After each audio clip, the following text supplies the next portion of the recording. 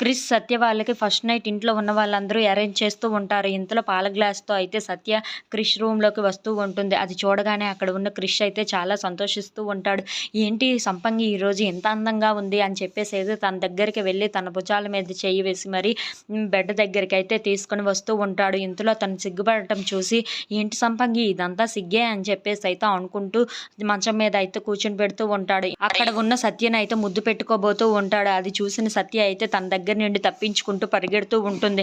అది చూడగానే అక్కడ ఉన్న క్రిష్ అయితే ఏంటి నా దగ్గర నుండి ఈరోజు తప్పించుకోలేవు నువ్వు అని చెప్పేసి అయితే తన వెనకాతల పరిగెడుతూ ఉంటాడు. ఇంతలో అక్కడ ఉన్న సత్య కూడా క్రిష్‌ని ఆట పట్టిస్తూ ఉంటుంది. అది చూడగానే అక్కడ ఉన్న క్రిష్ అయితే తన చీర కొంగుని పట్టుకొని వెనక్కి లాగుతూ ఉంటాడు. అయ్యో దొరికిపోయానే అని చెప్పేసి అయితే సత్య అనుకుంటూ ఉంటుంది. అలా తను సత్య అయితే చాలా సిగ్గుపడుతూ క్రిష్ దగ్గరికైతే వెళ్తూ ఉంటుంది. ఇంతలో అక్కడ ఉన్న క్రిష్ కూడా సత్యని చూసి చాలా ప్రేమగా అయితే దగ్గరికి తెచ్చుకుంటూ ఉంటాడు. అలా తనకైతే ముద్దు పెట్టబోతూ ఉంటాడు. ఇంతలో ఆ ఇంట్లోకైతే కొంతమంది రౌడీలు వచ్చి ఈరోజు ఎలాగైనా సరే మహదేవయ్యకు ఆఖరి రాత్రి అవ్వాలిరా అని చెప్పేసి అయితే అనుకుంటూ రౌడీలు అయితే ఇంట్లోపలికి వస్తూ ఉంటారు.